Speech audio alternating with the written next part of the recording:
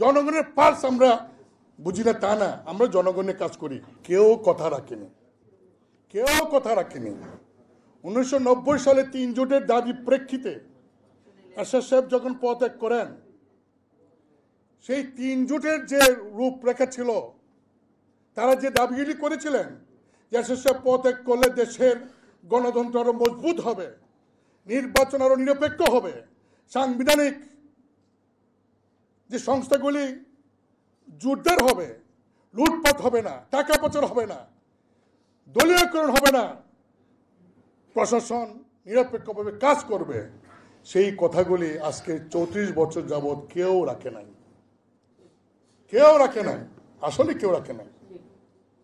এখন পর্যন্ত সেই ধারাবাহিকতা চলে আসছে। অন্তর্বর্তীকালীন সরকারের সময়ও সেই কথাগুলিও রাখছেন বলে আমরা অন্তত মনে করছি না।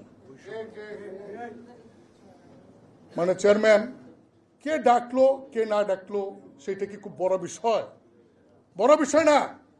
এই দেশে আমরা রাজনীতিতে 34 বছর টিকে আছি বিরোধী দল করে।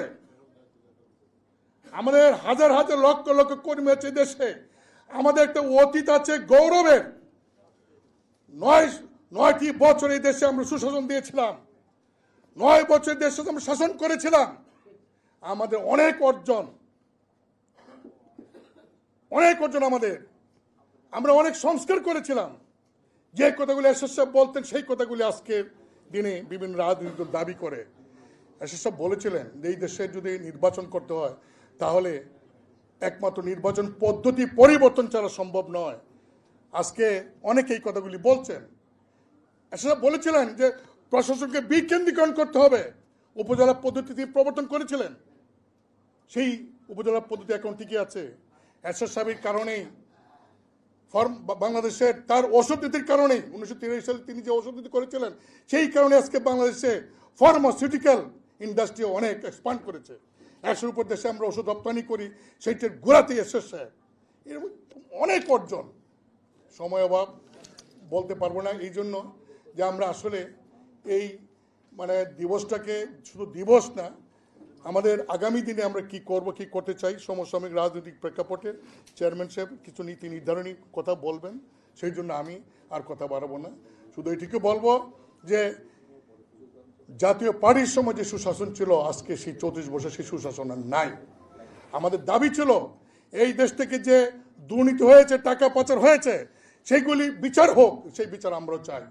আমরা এটাও বলেছিলাম যদি আমরাও কোনো রকম অন্যায় করে থাকি, কোন রকম যদি আমরাও দুর্নীতি করে থাকি, আমাদের বিধি বিচার হোক, কোনো আপত্তি নাই। আমরা তো ছাত্রদের এই যে অভ্যুত্থান, সেই অভ্যুত্থানে আমাদের পজিটিভ ভূমিকা ছিল। যাই হোক, ইতিহাসই বিচার করবে আমাদের ভূমিকা কি ছিল। জনগণই বিচার করবে, আমরা জনগণকে যাব। মানে চেয়ারম্যান, জনগণের পালস আমরা বুঝি না তা না, আমরা জনগণের কাজ করি। আমার মনে হয় আগামী দিনে আমার বন্ধু রুহুল আমিন হাওলাদার যে কথা বলেছেন, হ্যাঁ ইয়েস, আমরা আমাদের প্রয়োজনে খুব শীঘ্রই আমরা আমাদের সাংগঠনিক প্রোগ্রাম দিব।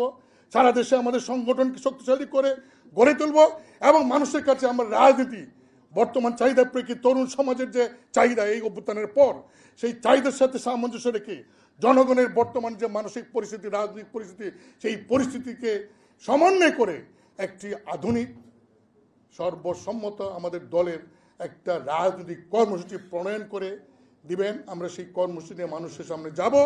যখন নির্বাচন হবে, সেই নির্বাচনী পরীক্ষা হবে জাতীয় পার্টি জনগণের পক্ষের দল নাকি জনগণ প্রত্যাখ্যান করে। সেই আগামী নির্বাচন যখনই হবে, সেই নির্বাচনে অংশগ্রহণ করার মতো আমাদের সাংগঠনিক শক্তিশালী করবার লক্ষ্যে আমরা কাজ করে যাব। এই বলে সবাইকে ধন্যবাদ দিয়ে আমি আমার কথা শেষ করলাম।